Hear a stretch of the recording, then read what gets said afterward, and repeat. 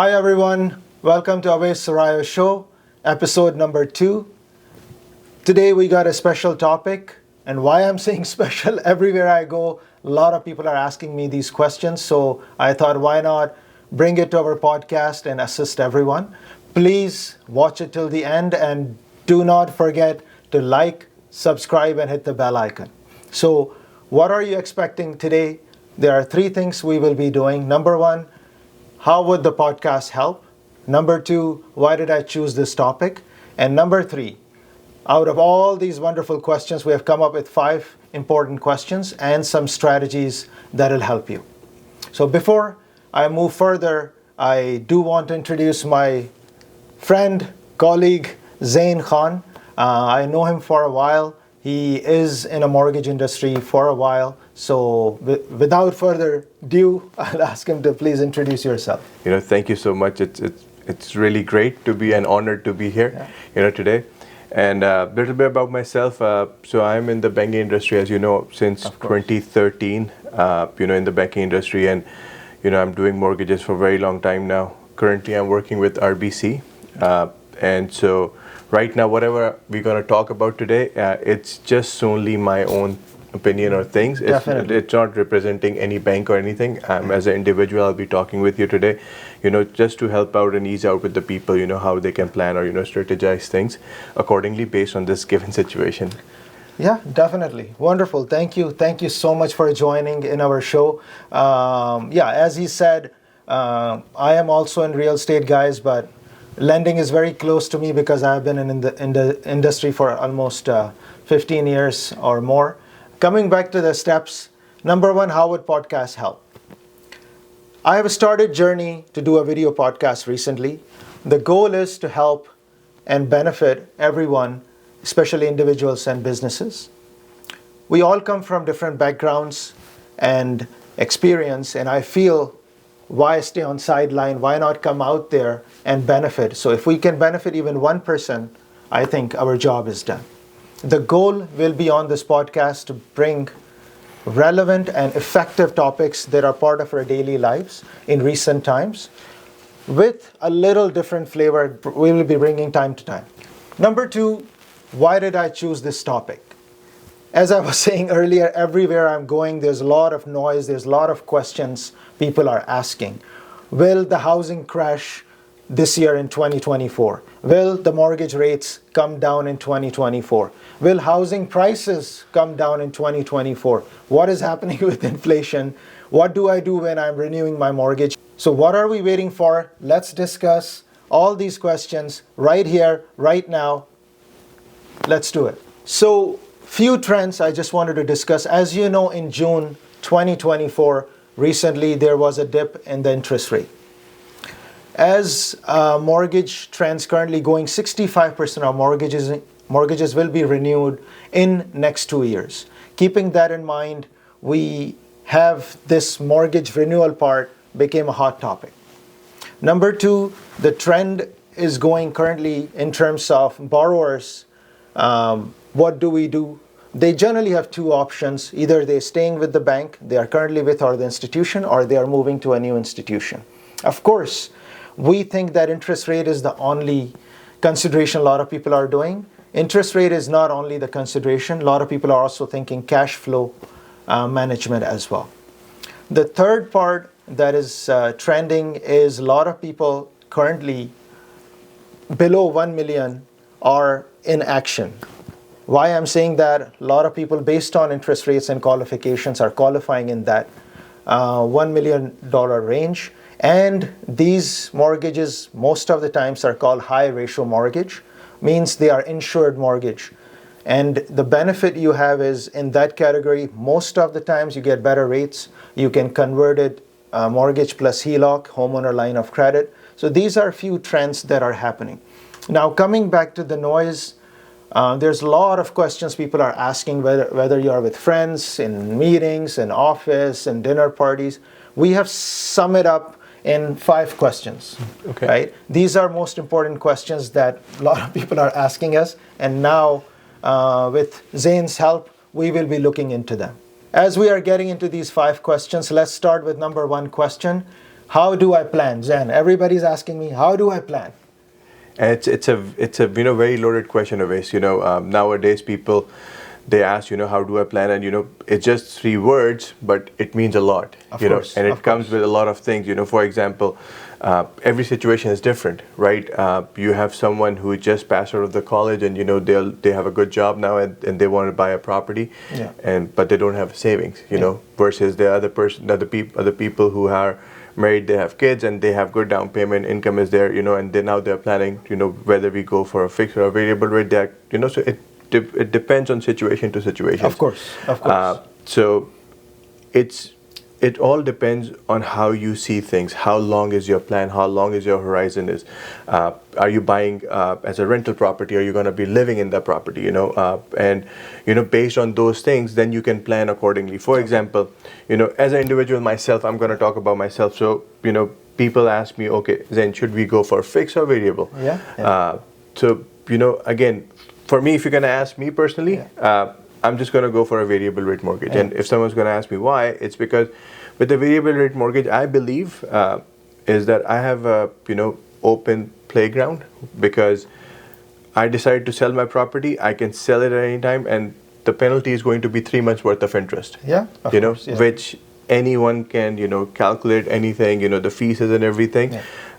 Versus on the fixed rate mortgage, it gets really complicated. Okay. It all depends on what rate that you got. There's an intense calculation, and it's all system based. Yeah. So if you plan it right, there are with the fixed rates too, like people also do really well. For example, with fixed rates, you can blend the mortgage. If you're selling the property, if you're buying another one, there are other options that you have available. Of course, right? You can port your mortgage. With variable rates, you cannot port the mortgage. So it all depends situation to situation. Definitely. Right. Definitely. So again, it's every individual, different situation, different base, and all mortgages, it's a tailor-made situation. Like, you have to be tailor-made solution that needs to be provided to the clients, because not everyone can fit in every jar. No, definitely. To sum it up, please look at your financial goal and plans. Number 2, look at your mortgage currently. Look at your details. What is it? Variable, fixed. Understand rates. Number 3, are you getting enough or better options with your current lender? Look at options available to you. And 3rd, choose wisely. Yeah. That is the most important thing. So before we get into short-term and long-term discussion, can you kindly explain what is short-term and long-term in terms of mortgages? Sure. So what I believe, is that, any terms that are less than 5 years is a short term, and anything over 5 years is a long term. And in that regards, and some banks do offer mortgages for 6, 7, 8, 9, 10 years as well. But that's what I can think of as a definition, that anything less than 5 is short, anything over 5 is a long. So question number 2, a lot of people are asking us, should I go short term or long term? Looking at current environment, where the inflation is, which is high, interest rates are high, and it is more expenses coming out than savings. At this point, choosing the right strategy is very important. So let's ask Zain, short term or long term? See, again, all depends, depending on the client situation, like short term, long term. So, like, for example, I was just talking to my neighbor yesterday, and funny enough that, he was just telling me that, there are situations where people, it's getting hard for them to, keep up with the payments and everything. Of course. So I had a conversation with him. I told him, there are so many options that are available. Yeah. Right. Yeah. For example, if you look into a shorter term, like, if the client, as you said, that, renewals are coming, right? So the clients, if their renewals are coming, right, this is a good time to, maybe switch to a different lender, because you can stretch out your mortgage back to 30-year amortization. Maybe you have dropped down to 15, 20. Then people ask questions that, it was really hard, it was really tough for us to bring down the amortization. Now you're asking us to go back to 30 years. Yeah. But it is a requirement of the situation right now, right? It's not just we have to stick to what we have at the moment, but we also need to look into a broader picture, like, because, for example, if let's say you're going to stick to the regular term, your payments are going to be higher, right? And then how it's going to affect you? You have to work more. You have to, get another employment, So just think about those things, You have made this asset for your convenience, right? And this is a great time, great opportunity, to use it towards your benefit. Yeah. So in a shorter term, like, you can go for a 2-year term, but because the interest rates are higher, you are seeing payments increase of $500, $600 a month, right? How are you going to bring up that cash flow? So what you can do, maybe, you can borrow $20,000, $30,000, $40,000 more onto your mortgage, right? Term it out for 30 years, use that money towards your cash flow, right, for some time. And then you can easily manage this time, right? And once the interest rate is going to start to go down, which we are seeing at the moment, as all the experts are saying, that the interest rate is going to go down. I'm not saying it, but what we are seeing in the reports and everything that's coming, So if that's going to be the case, like you'll be better off by having 2-year, 3-year term, right now. And then it's going to help you with your cash flow and everything. And once the interest rates go down, your payments are going to be more affordable. Then you can start making more payments. And guess what? You're going to be back on 15, 10 years back on your amortization rate. No, definitely. So sum it up again, it depends on each and every situation. Currently, as you said, experts are indicating rates will be going down. Actually, today, rates 25 basis point came down. The trend in Canada is a lot of people go for 5-year terms. However, in US, people go for longer terms. So look at your situation, see if short term will benefit you currently. As rates are going, it might save you on interest rates by going short term, couple of years, and then rates are down and you can now lock it up longer.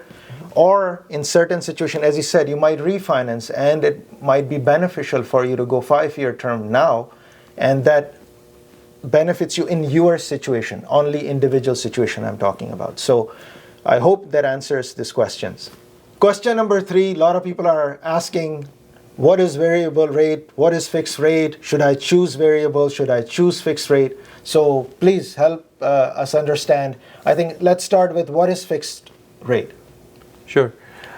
So fixed rate, as it already says in it, like it's fixed. It's fixed for the term. So let's say you decide 1 year, 2 year, 3, 4, 5.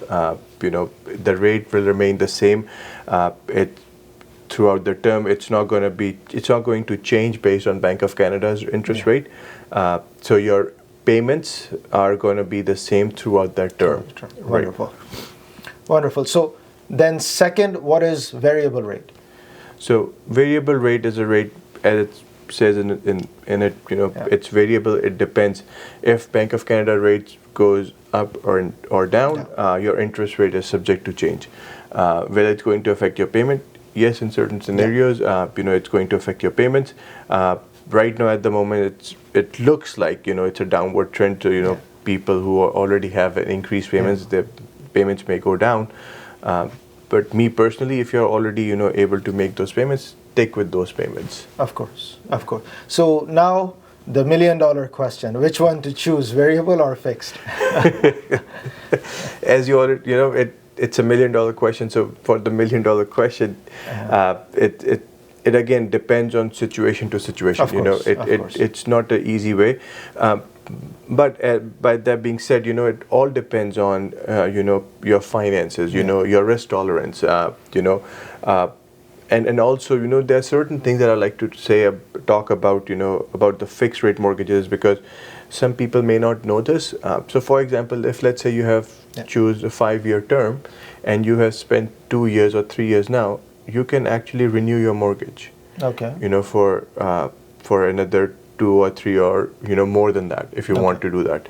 It's same with the variable too. If you have, let's say, decided to have a variable rate for 5-year variable, and let's say you have completed 2 years, so now you're left with three years on the mortgage. So you can lock your mortgage interest rate given or whatever the bank giving rates right now. So you can choose 3, 4, 5. So you can have a similar or higher term. You cannot go lower term, because then it's going to be subject to a penalty. Of course. With the variable rate mortgage. Yeah, so as Zain is saying, few reminders: if you are in fixed term and you break it, there might be a penalty. So you need to please look into this with the professional you're talking, whether it's the lender or mortgage broker, and understand that. If you are in a variable rate, you can convert it into fixed rate anytime throughout the term. Also, I would recommend considering or asking professional when it's a mortgage, what is open and closed mortgage. Those two options are available in variable and fixed. Of course, all these options will vary from institution to institution, but I'm just sharing this information so you can look into it and take benefit. Question number 4, should I stay with current institution or should I change? Changing or switching institution, we are currently discussing in terms of mortgage. However, it can still benefit you when you look at other benefits. When you switch to a new institution or you stay, they might benefit you in terms of better bank account terms, better or less, I would say less fees, better rates, better infrastructure in terms of ATMs or branches. So please consider all these things before you do it. So Zain, number 1, let's discuss staying with the same lender. What are the benefits if you stay with the same lender? So, see, when you are with the same lender, the big benefit is that you don't need to go through the application process. Most of the times, they just talk to you, follow up with you. The renewal is coming up, and what are you thinking? What term that you like to go for, fixed, variable, and once you're decided, everything is done, and your new term's going to start right away. So that's what I think, one of the biggest benefit, that you don't have to go through, the mortgage application or anything like that. In some situation I've seen it, but most of the time it doesn't happen. Definitely. So sum it up, staying with the bank, you save money, save time. There may not be any documentation or evaluation. So that helps you right there. Let's say I'm moving to a new lender or institution. What are the benefits still? So when you move to a different lender, so I always tell everyone, that whenever it's coming for renewal, there's no harm in looking around what other banks are offering. Yeah. For example, right now, if I talk about RBC, we are offering cashback. We are offering Avion points. Definitely. And if you're switching from different institution, we also may help you with with if you're not changing any title change or anything like that, we might be able to help you with your transfer fee and everything. So there are a lot of options out there. Plus better interest rate. The rate that your lender is offering, depending on that, we may be able to offer you a better interest rate. And, that's very important for people right now in the given situation. Saving money, it's always help. And number 2, as we discussed before, you can go back maybe to the original amortization, You can stretch your mortgage back to 30 years. That can also save you another 100, depending on the situation, depending on the mortgage amount, that may another save you for another $100, $200. So, it's always good to discuss, as I always say, there's no harm in talking to professional people.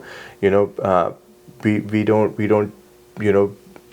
we are always there to help the clients. Even though we're not looking for a sale, it's not just that, but we are always there to help. And, as a professional like us, we always look for clients' interest. We are always we don't want to put the client into a situation where they're not able to make or manage things. Yeah, right. Definitely. So, as he said, if you are moving to a new lender, the benefits, as he gave one example of RBC, you might be able to get better terms at the account. You might have offers on mortgages, rates, cashback offers. There might be other offers in terms of legal fees or appraisal, but that is the benefit. I think one other huge benefit, a lot of times we as human beings get busy with our lives and we just know this. Once you switch, it gives you more information on your property, on the know-how of industry. So I think sometimes switching is always beneficial. Last important thing, beware. When you switch institutions, please ask professionals what is involved. There can be a mortgage transfer fee. There can be mortgage legal fees. There can be appraisal fees. and there can be assignment fees. So these are a few things you may want to discuss. A lot of times we don't know, but once we transfer, we see it. It's too late, but I just wanted to share this at this point. Okay, so question number 5, should I stay at a normal bank or lender, or should I move to mortgage broker? Being in the industry, it's a vast industry, and the amazing part for all of you guys or all of us as individuals, we have more than one option. We can go to lender, and when I say lender, means you have financial institutions available. There are major banks, there are credit unions, means they are Schedule A, B, lenders that you can go to. On the other hand, you have mortgage brokers as well. They are intermediary in the middle. Here you are consumer, there's mortgage broker, and here are the institutions. Mortgage broker can go to different institutions, whether it's banks, whether it's credit unions, whether it's B or C lender. However, they can provide you different options. Let's start with benefits or working with mortgage broker. What are the advantages? As I said, mortgage broker versus bank, it's a huge topic. However, choosing your mortgage broker is always beneficial. Ask around, find a good mortgage broker and see how they can benefit you. Few benefits that come to my mind. Number 1 is customized service. So when you work with a mortgage broker professional, they help you from A to Z, means from start of the process to end of the process. They will help you with answering all your questions. They will help you in terms of all the documentation, application. They will go to all the different lenders and bring you the right option based on your need. You don't have to talk to the institutions. They will do all the bank lingering and wonderful stuff. So this is number 1, what mortgage broker helps you with. As I mentioned, number 2, access to various lenders. Mortgage brokers have different access to different institutions. They will go to all these lenders and share with you what are the options available. As we discussed before, Zain and me, that everybody's situation is different. So sometimes one lender may not be beneficial to you. They can bring you another institution that can help you in terms of your situation. Convenience is the third part. As I said, generally you don't have to do much. Nowadays, mortgage specialists or lenders are mobile. They come to your home. They help you throughout the whole process. There's a lot of back and forth in this mortgage process. They help you throughout the whole process, answer all your questions, discuss everything with you, and make sure they save you time and money. Now, here's the consideration. Mortgage brokers do not work for free. The best part here is most professionals do know that if they are taking you to Schedule A or major banks, for example, TD, Bank of Montreal, CIBC, all these institutions do pay them. So if the institutions do pay mortgage brokers, they will not charge you fee. However, all of us being different individuals, sometimes our situations are complicated. We may not fit with Schedule A or major institutions or banks. We may have to go to, sometimes we call it B lender and C lender, which is private lending. At that time, they do not get paid, and then you have to pay to mortgage brokers. Typically, they get paid from 1 to 2% in the industry. However, every mortgage broker is different. But I'm just throwing that out there as a consideration so you are aware of all that information. This was mortgage broker. Now, pros of working with a bank. So Zain, please help me understand. I know you have been with more than one banking institutions currently or at RBC. What are the benefits of being with the bank? So, see, when you're talking about it, telling about, about the broker, on the broker side, I was just thinking about, how things are different on the bank side. Like, for example, so the first thing for us as a banker, we meet our clients, and we like to meet them at our branches, because when it comes to the banks, we have our reputation and everything. When the client comes in, they feel more, secure. I think, they feel more comfortable coming into the branch. You have a direct connection exactly, with to a branch and discussing their finances versus at any other coffee shop, any of those stuff. That's one, that you have access to the branches.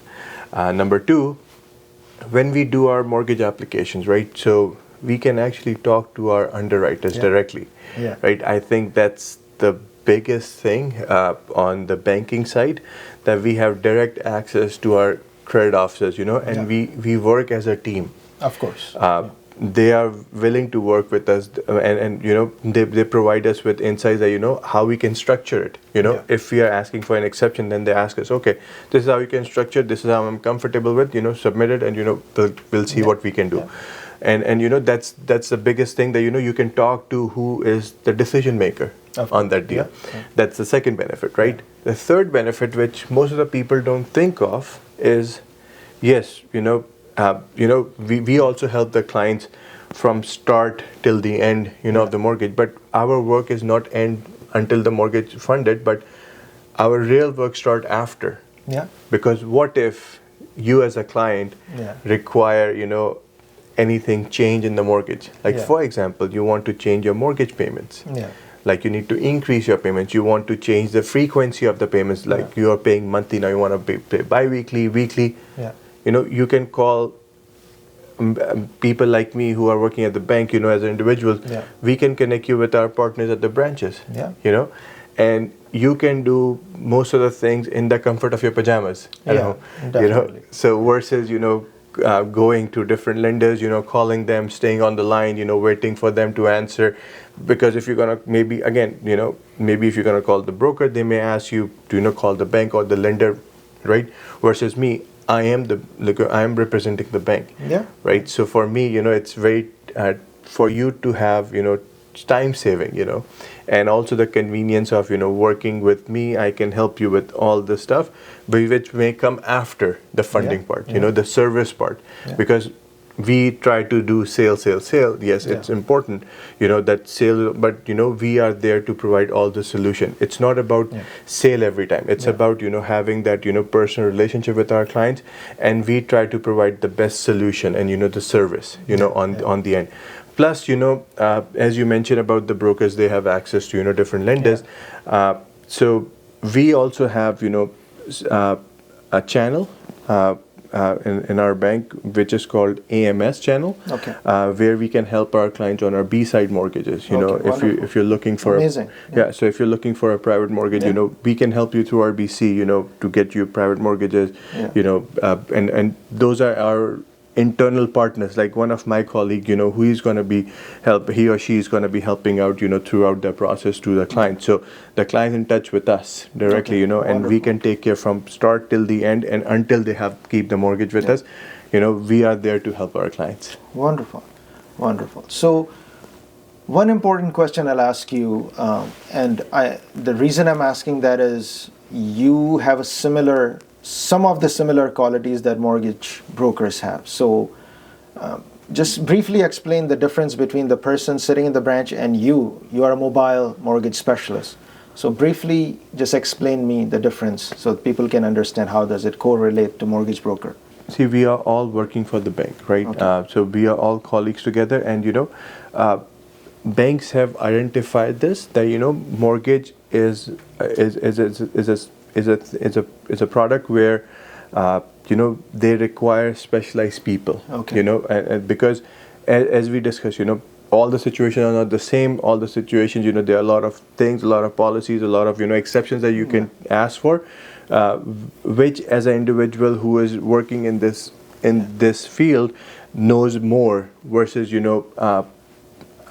person who is at the branch, because people at the branches, they are the backbone. They are working day in and out to run the business, operations and everything, and for those reasons, they may not do a lot of applications, versus which is a mortgage specialist is going to do, because this is my expertise. I do mortgages day in and day out, and I have went through a lot of situations, a lot of things, just recently I went through a situation where, I was able to get an exception on, high ratio, very, very high, TDS, is because, I was able to explain the situation. I was able to, present the clients, in a way that, the underwriter was willing to work with me. As I said, it's a benefit working with the bank that, I have access directly with the credit officers because we work as one team. Of course. And that's what it is. Yeah. So just to explain, TDS is total debt ratio. When you do mortgages, they have to look at certain ratios to qualify you. So that is one of the ratios they look at. But one thing I'll mention, and Zain can correct me if I'm wrong, mobile mortgage specialists can also give you convenience of coming and meeting you at your home or outside at coffee shop. They are mobile. So that is something correlated to mortgage brokers who are also mobile and can meet you at their office, outside. So correct me if I'm wrong, that is the difference between branch personnel and mobile mortgage specialists. Right? Yes, absolutely. So, yes, we can come, and meet with the clients at their home, at their residence, wherever they like us. But, because we are mobile and because it's a financial transaction, so we like to meet with them at their nearest branch. Even clients. Exactly, clients, with the clients. You have a lot of branches there where you can meet them. Exactly. If this is another best part, working with the banks, directly, that you have access to your branches. When you come into the branch, as a mortgage specialist, I can introduce you with different people, my colleagues at the branch, for any future needs that you may have, or anything along the line. So, it will going to start a relationship, Wonderful. Thank you so much for watching our video. Thank you so much, Zain, for coming up on our show. I know it was a lot of information, so please, if you have any questions or inquiries, please comment or DM, direct message us. Please do not forget to like, subscribe, and hit the bell icon. Until next time, please stay positive and keep looking for options. Your friend Awais always. See you next time at the next episode.